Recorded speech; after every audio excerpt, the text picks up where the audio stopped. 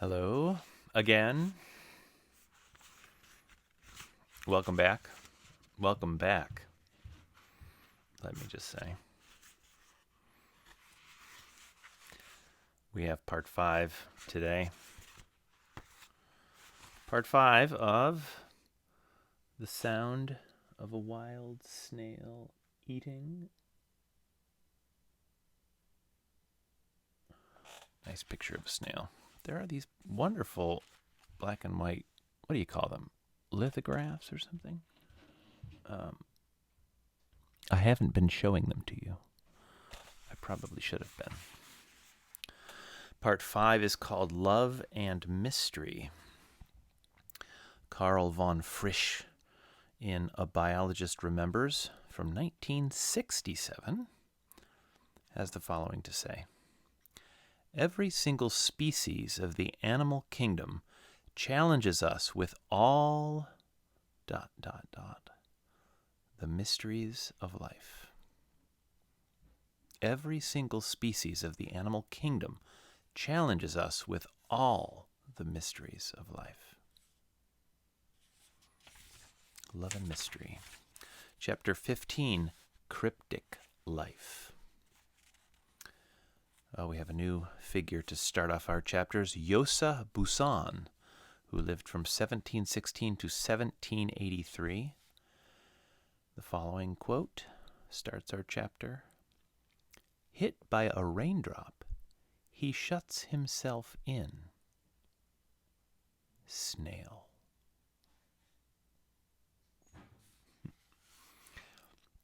My initial surprise at learning about gastropod defense systems quickly turned to respect. Whatever one's family and species, the world is thick with danger, and my snail needed all of its active and passive defenses. But the survival methods of one type of animal may seem strange to another. Snail-eating predators come in all forms, from mammals of all sizes to amphibians, birds, and various insects, including ants, centipedes, beetles, and tinier parasites. Even a few species of spiders resort to dining on escargot, though as Simon Pollard and Robert Jackson point out in their chapter in Natural Enemies of Terrestrial Mollusks, venom injection by a spider requires, quote, close contact and tends to mean a face full of mucus, which, for most spiders, may be an unacceptable price to pay for a meal, end quote. My snail was downright savvy. Some of its active defenses were so subtle that I wasn't even aware they were strategic. Simple withdrawal into the shell not only provided physical protection, but also gave the appearance that no one was home.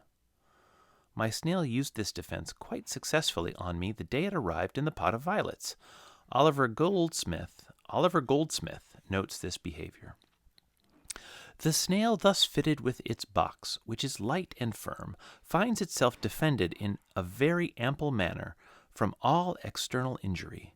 Whenever it is invaded, it is but retiring into this fortress and waiting patiently till the danger is over. A snail's slow locomotive speed makes it seem vulnerable, but it may actually be a survival method, saving it from predators whose hunting activity is triggered by fast movement.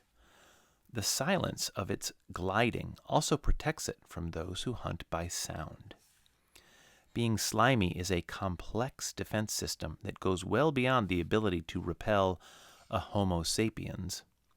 Large predators can't get a grip on a slippery creature, and smaller parasitic insects may get stuck in the ooze or have their mouthparts gummed up.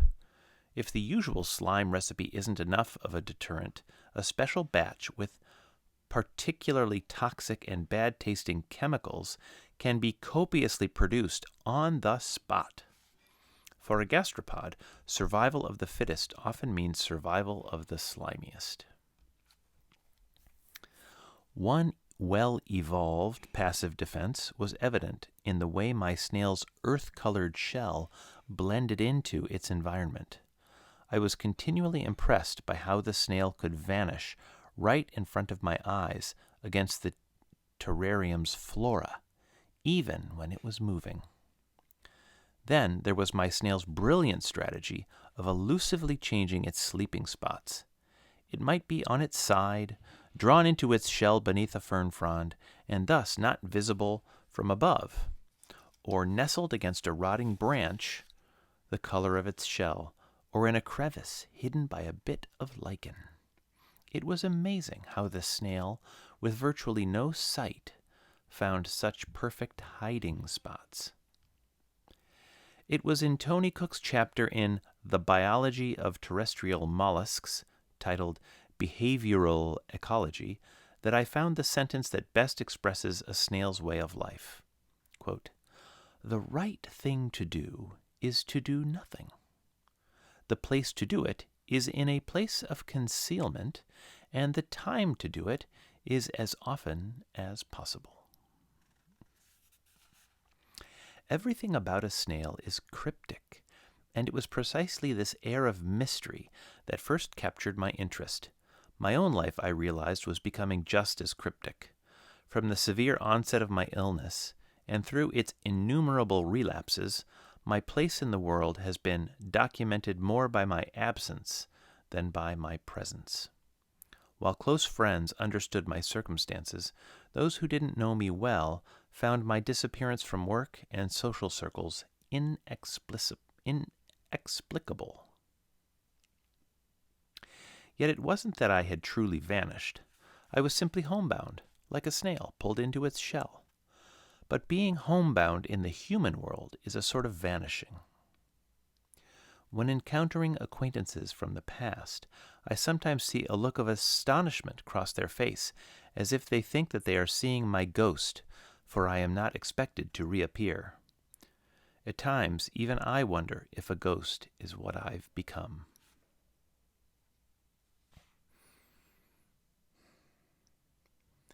And that ends Chapter 5, or Chapter 15. Chapter 16, Affairs of a Snail. A quote from James Weir, The Dawn of Reason, 1899. The emotional natures of snails, as far as love and affection are concerned, seem to be highly developed, and they show plainly by their actions when courting the tenderness they feel for each other. One morning I looked into the terrarium and was surprised to see a cluster of 8 tiny eggs. They were on the surface of the soil just under the edge of the birch log and were the color and size of pearl tapioca. I wondered if they were fertile and if they would hatch. I watched with interest as the snail visited the egg site every few days to tend them. On several occasions the snail appeared to hold each egg in its mouth for a little while to slime it, or so I presumed, and thereby keep it at the right moisture for hatching. Woodland snails are hermaphrodites. While rare among mammals, this characteristic is common in the majority of other animal groups, and in the plant kingdom as well. A snail may find a partner randomly or show a preference for age or size. They mate in late spring, early summer, or fall, often an elaborate and complex courtship. A terrestrial snail that has been isolated for a while can rather conveniently self-fertilize, thus founding a new colony and ensuring the survival of its genes. By chance the previous year I had watched the sensuous scene of 2 burgundy snails courting in a French meadow in the film Microcosmos, directed by the scientists Claude Nourridsené and Marie Perrenou. Bruno Coulet, original music composition, L'amour des escargots, provides an operatic backdrop to the snail's obviously pleasurable, lengthy, lusty, and slimy embrace. In Patricia Highsmith's short story, The Snail Watcher, the main character observes 2 snails in love and is enthralled. Mr. Noppert had wandered into the kitchen one evening for a bite of something before dinner, and had happened to notice that a couple of snails in the china bowl on the drain board were behaving very oddly. Standing more or less on their tails, their faces came together in a kiss of voluptuous intensity. Fascinated by what he'd seen, Mr. Noppert begins to read everything he can find on snails.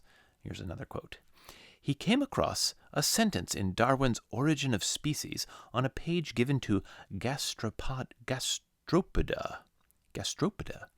The sentence was in French, and the word sensualité made him tense like a bloodhound that has suddenly found the scent. I decided to follow the research footsteps of Mr. Noppert. Since he had turned to Charles Darwin for information on snail romance, so would I. My own research suggested that Mr. Noppert may have been looking in the wrong book, as it was in The Descent of Man that I found the sentence, in the chapter on mollusks. It was a quote from Darwin's colleague, the Swiss-American zoologist Louis Agassiz, with a Z on the end. Agassiz. Apparently too explicit for Victorian England, Agassiz's observation had remained the language of romance. The sentence did not contain the word sensualité, but it left me as curious as Mr. Noppert. So I sent the quote off to several French-speaking friends with the resulting translation. Quote, whoever has had the opportunity to observe the love-making of snails will not question the seductiveness of their movements and airs, which anticipates the amorous embrace of these hermaphrodites. End quote. The Victorian naturalists were eager to weigh in on a snail's love life. Quote, the snail is, in fact, a very model lover. It will spend hours paying attentions the most assiduous to the object of its affections, proclaimed the author of Snails and Their Houses. Also smitten, the naturalist Lorenz Oken was much blunter. Quote, circumspection in feeling, dainty veracity, and immoderate lust appear to constitute the spiritual character of the snails. And then William Kirby mentioned something that sounded implausible.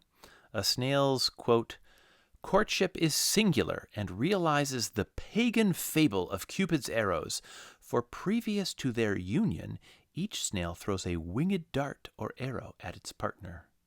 End quote.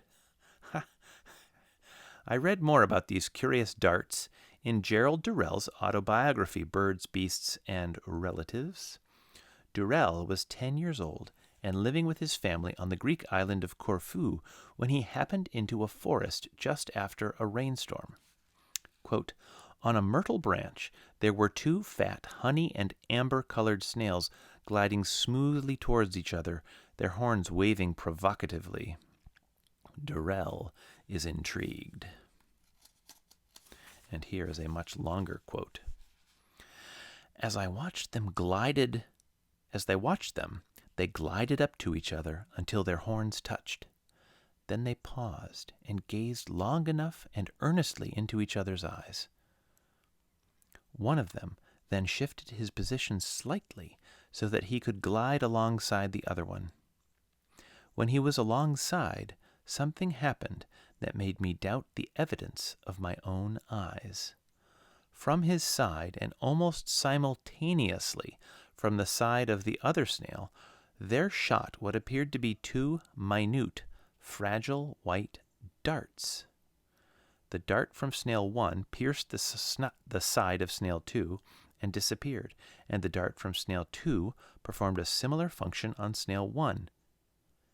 Peering at them so closely that my nose was almost touching them, I watched as presently their bodies were pressed tightly together. I knew they must be mating, but their bodies had become so amalgamated that I could not see the precise nature of the act. They stayed rapturously side by side, and then, without so much as a nod or a thank you, they glided away in opposite directions. The love darts Durrell describes are tiny, beautifully made arrows of calcium carbonate, and they look as if they've been crafted by the very finest of artisans. They are formed inside the body of the snail over the course of a week and can be as much as 1/3 the length of the shell. The dart's shaft is hollow and circular and, depending on the species, may have 4 fin-like blades, which are sometimes flanged. One end is harpoon-sharp, while the other end comes to a flare with a corona-like base. Some species produce a new dart for each mating. Others withdraw and reuse them in successive matings. A particular species might keep just one dart in stock. Others have a pouch with a pair or more. In Practical Biology, T.H. Huxley comments on these Cupid's darts. In the spiculum amorous, we have a structure almost without parallel in the whole animal kingdom. The trauma of being hit by a dart, however, can sometimes put a snail off its courtship. Darts are not technically necessary for mating, and less than 1/3 of all snail species are dart shooters. It is thought that the dart transmits a slime containing special pheromones that may improve the safe storage of the partner's sperm. A romantic encounter between a pair of snails can take up to 7 hours from start to finish and involves 3 phases. First, there is the lengthy courtship, in which the snails draw slowly closer, often circling each other, smooching, and exchanging tentacle touches. If they find they are not quite to each other's liking, they may end their romance, but if things are proceeding well, then in some species, dart shooting occurs. In the second phase, the snails embrace in a spiral direction and mate. Some species of snails simultaneously swap sperm, while others will be male or female at a particular mating and then reverse their roles the next time. Apparently, being a hermaphrodite is not always easy. If 2 snails of a species that take on gender roles want to be the same gender simultaneously, a conflict may occur. Regardless of the method, and assuming all goes well, sperm is exchanged either internally or externally, depending on the snail species. It may be offered in elaborately designed and decorated packages called spermatophores. Consummation is followed by the last phase, resting. The snails, still quite near each other, both withdraw into their shells and remain immobile, sometimes for several hours. Regardless of the mating methods of a particular species, fertilization occurs internally after the lovers have parted. In Highsmith's story, The Snail Watcher, I could now understand why Mr. Noppert's wife squirmed with embarrassment when he narrated snail biology to fascinated, more often shocked friends and guests. Even Durrell is so surprised by what he sees that he consults his mentor, the biologist and zoologist Theodore Stephanides. Durrell's brother Lawrence, previously bored with discussions of natural history, suddenly becomes quite interested. And here's a lengthy quote with dialogue. "Good God," cried Larry, "I think it's unfair. All those damned slimy things wandering about, seducing each other like mad all over the bushes, and having the pleasures of both sensations. Why couldn't such a gift be given to the human race? That's what I want to know." "Aha, yes, but then you would have to lay eggs," Theodore pointed out. "True," said Larry, "but what a marvelous way of getting out of cocktail parties. I'm terribly sorry I can't come, you would say. I've got to go sit on my eggs." Theodore gave a little snort of laughter. "But snails don't sit on their eggs," he explained. "They bury them in damp earth and leave them." "The ideal way of bringing up a family," said Mother unexpectedly, but with immense conviction. "I wish I'd been able to bury you all in some damp earth and leave you." That's the end of the quote. Gerald's mother may have been impressed with another perk of snail parenting. A snail can keep its partner's sperm alive for several months, even up to several years if necessary, waiting for the best environmental conditions before proceeding to fertilize and then lay its eggs. My snail had probably encountered a romantic partner either very early in the spring or sometime during the prior year. The lack of predators and the provisions of large portobellos and a steady water supply were just the encouragement a prospective snail parent needed to go ahead with egg laying. Eggs are usually laid below ground in several clutches of 30 to 50. My snail may have laid so few eggs and kept them above ground because the conditions in the terrarium were slightly too wet that week. Burying the eggs in such a circumstance might have been unsafe, since they could have burst as a result of osmosis. As the embryonic snail grows, it absorbs some of the calcium from its protective eggshell. On hatching, it will eat whatever remains of the shell, and if the food sources are scarce, it may also eat a nearby unhatched egg or two that would otherwise have been a sibling. And there ends chapter 16. Chapter 17 is called Bereft. And we have another quote from Yosa Busan. The snail has vanished. Where it's gone, nobody knows. Okay. One morning, I searched for the snail, but as usual, it was hard to find. I looked again among the ferns and mosses and around some lichened branches. It was not foraging for calcium at the pile of crumbled eggshell. It was not by the little tree, nor was it near the mushroom. It was not high on the terrarium glass, nor was it by the mussel shell. It was not by the little batch of eggs it had laid several weeks earlier. It was not in any of its many hiding places. It had vanished. There was no glass top on the terrarium. Since it was the home of a living, breathing creature, I thought ventilation might be important. As far as I knew, the snail had never before left the terrarium. Even while sleeping in the pot of violets, it had always returned from its farthest expeditions. Now, inexplicably, it was gone. Perhaps with its eggs laid, it was finally determined to head back to its wild woods. It was probably as homesick as I was, but I simply couldn't fathom my existence without it. Its tiny sleeping presence had comforted me by day, and its explorations had entertained me by night. I wondered if I could find and follow its slime trail, but the dry wood of the crate left no trace, and I was too weak to get down on the floor and search for further clues. From my bed, I dropped pieces of mushroom onto the floor, hoping that the snail would appear. There were endless places in the room where it could hide. It could be anywhere, and I feared someone might step on it. I dreaded the sound of a terrible crunch. As the hours passed, the situation seemed more and more futile, and I realized that I was almost more attached to the snail than to my own tenuous life. There is a certain depth of illness that is piercing in its isolation.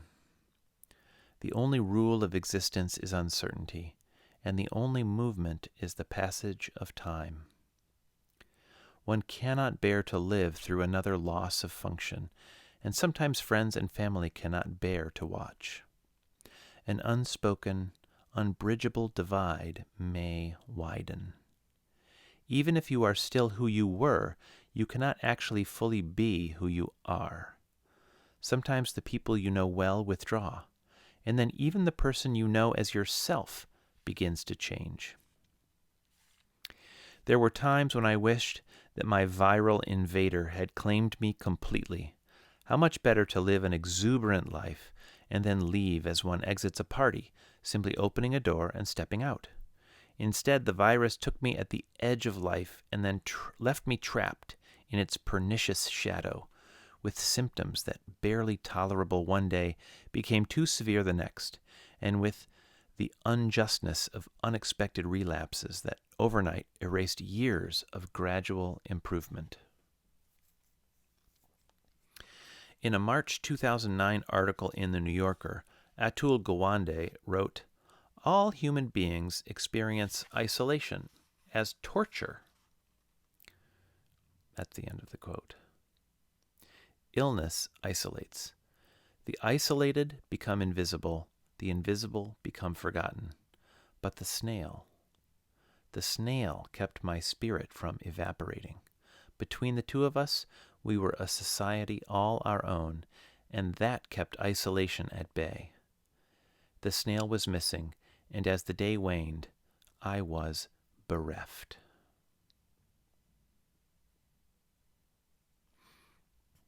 End of chapter 17.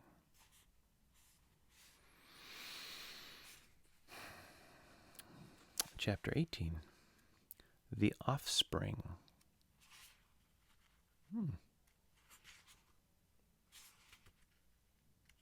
Is this our last chapter? Let me take a peek.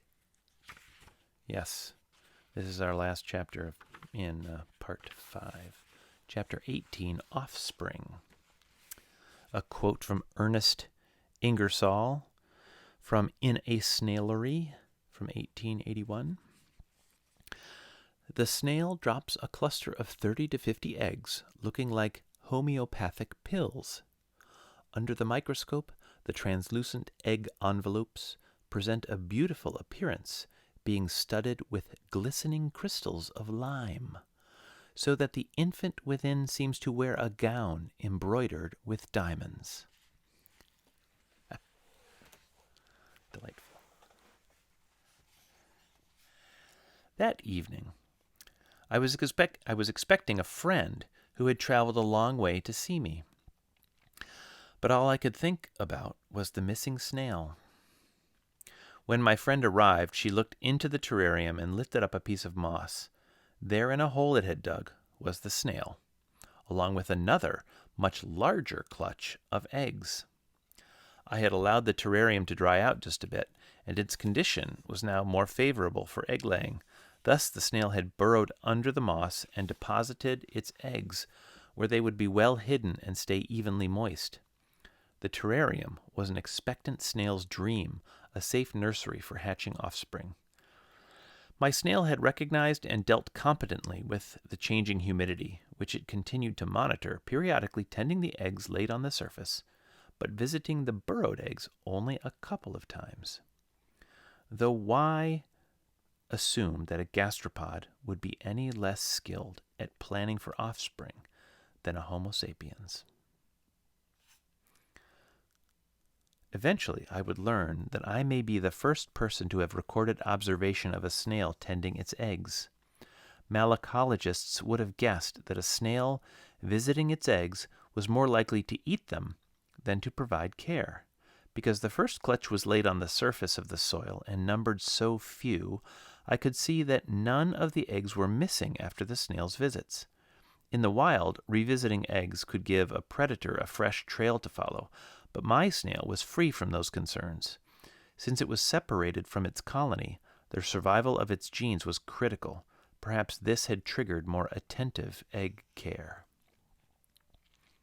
While too much moisture can endanger eggs, they can withstand surprisingly dry conditions. Quote, "The vitality of snails' eggs almost passes belief," says Ernest Ingersoll.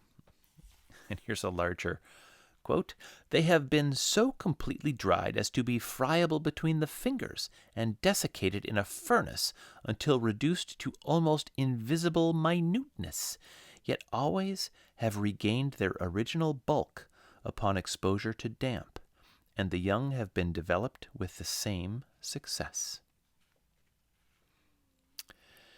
As a result of so much egg-laying, my snail lost a noticeable amount of weight. Its whole body shrank in comparison to its shell size.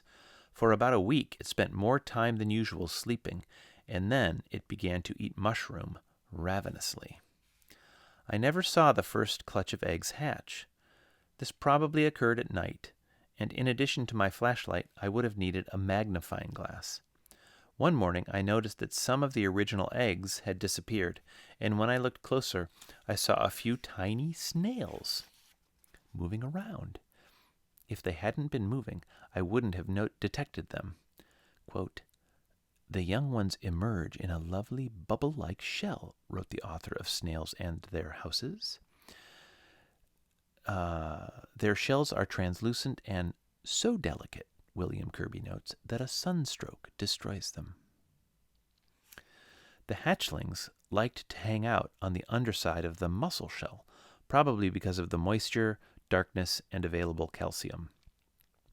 Sometimes they would sleep beneath a slab of portobello, where they were out of view until they climbed up for breakfast in the evening, and then were noticeable against the mushroom's white flesh. The number of hatchlings increased as the weeks passed, and I realized that additional clutches of eggs must have been laid. Perhaps the snail had deposited them at the site of the original buried group, since it revisited that site several times, though I couldn't see precisely what was happening. Or there may have been other buried egg sites. As the tiny snails grew, their shells increased in size and slowly became opaque. There must have been several weeks between hatchings, as it was easy to tell the clutches apart. One night, a younger hatchling followed one of its older siblings across the terrarium's glass side. It then crawled into the older sibling's shell. The older sibling turned and looked at the younger one, and they waved their tentacle noses wildly at each other, but there was no way for the older snail to get the younger off its back. It seemed to be a case of sibling conflict. I didn't want to interfere, but I finally managed to sit up just long enough to detach the smaller snail and place it by the pile of crushed eggshells. It spent the evening there, eating contentedly, which made me think perhaps it was after the calcium in the older sibling's shell. I wondered how soon the little snails would mature, and I watched them closely. The thought of ending up with some 100 or so fertile snails was a bit mind-boggling. It was an outcome best avoided. Highsmith's story, The Snail Watcher, opens with one of her foreboding first lines, quote, "When Mr. Peter Noppert began to make a hobby of snail watching, he had no idea that his handful of specimens would become hundreds in no time." While the bathroom habits of my original snail had not been bothersome, a small neat squiggle now and then on the mussel shell or terrarium glass, the casts of so many at once, especially with their fast growth rate, was leading to a rather splotched look everywhere. Given its solitary nature, I wondered how my snail was coping with a population explosion of its own creation. In the wild, nearly half an egg clutch is lost to weather, predators, or hungry first-hatch siblings. But in the terrarium, the outcome was far more successful. I could only guess at the number of offspring, as they were impossible to count. By day, each one had its own hiding place, and at night they were out and about, moving around in all directions at once. While watching my solitary snail had been peaceful and calming, watching a plethora of its young in simultaneous motion was hypnotic. I had to admit that I was just a bit overwhelmed. Over several months, there was a gradual improvement in my condition. Not so much that it was noticeable day by day or even week to week, but I could now sit in a chair for a few minutes a couple times a day. I wanted to try moving home, though I wasn't certain I'd be able to manage with less help. Since the prospect was daunting, I decided to leave the original snail and one of its offspring with my caregiver. Several friends, intrigued by my enthusiastic snail reports, eagerly adopted a few of the offspring as well. The rest of the numerous progeny were released into the wild, where their parent snail had been found. It was only then that the official count was made. 118 offspring had hatched.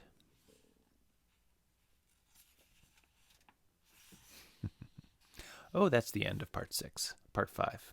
Part 5. The end of Part 5. Part 6 is called Familiar Territory. And we will leave Part 6 for the next time. By Jove, Part 6 is the last part. There is an epilogue. I will decide next time whether to read the epilogue with Part 6. To be continued.